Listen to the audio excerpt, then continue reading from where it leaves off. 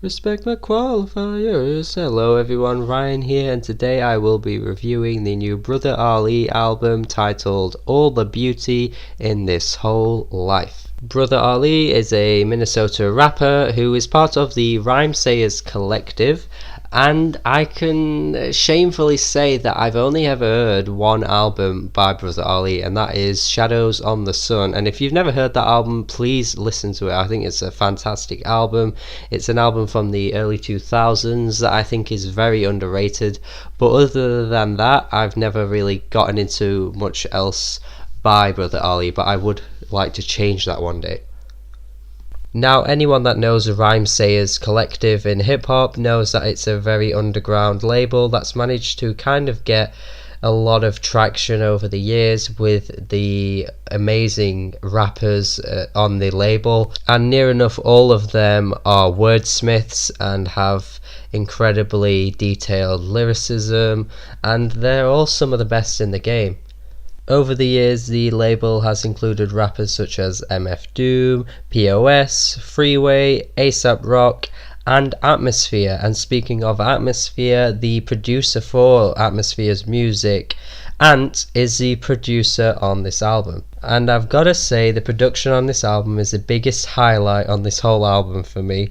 The album excels production wise. I think it's the kind of sound that hip hop needs. I love the uplifting spirit of this album, and the uplifting sounds can also be tied into some of the religious themes that crop up in this album too.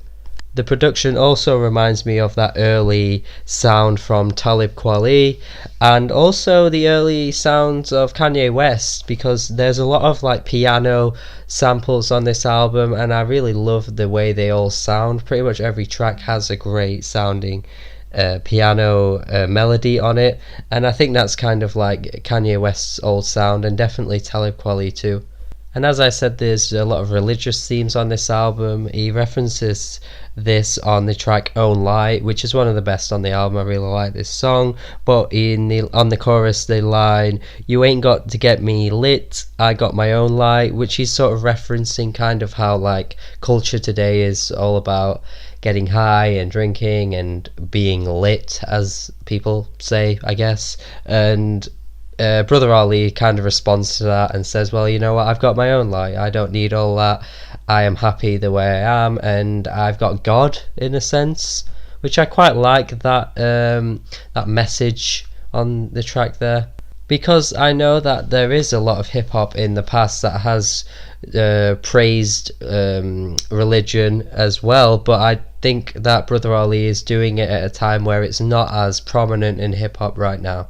And the way this guy manages to put a positive spin on every situation you could possibly imagine is just unreal. I mean, he could turn the darkest of times into a positive moment just in one lyric. Like, he just manages to see the good in everything, and that's what I absolutely love about Brother Ali, because there is some darkness on this album that he talks about, but he'll just kind of like finish it off with this like one liner that kind of like sums everything up as, well, it's bad, but you know, there's this, and it's kind of like, wow, yeah, you know what, you're kind of right. He's kind of like some kind of prophet in a way, which is a bit weird to say, but I just can't help but feel like that's how he is.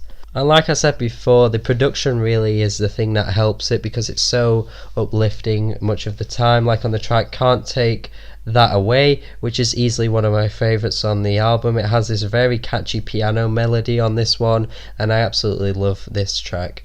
Uncle Ozzy Taught Me is a track which includes guitar on the song, which a few of the tracks on this album towards the end do, but this is probably the best inclusion of it. The only problem is though is that the track runs on a little bit too long. And like I said before, Brother Ali had some great albums in the 2000s, and Pray For Me has these backing vocals that are totally reminiscent of that early 2000s sound, which is probably not a great thing for him to gain traction in 2017, as that isn't really the thing that's hyping people up anymore. But that doesn't mean to say that it's a bad thing either.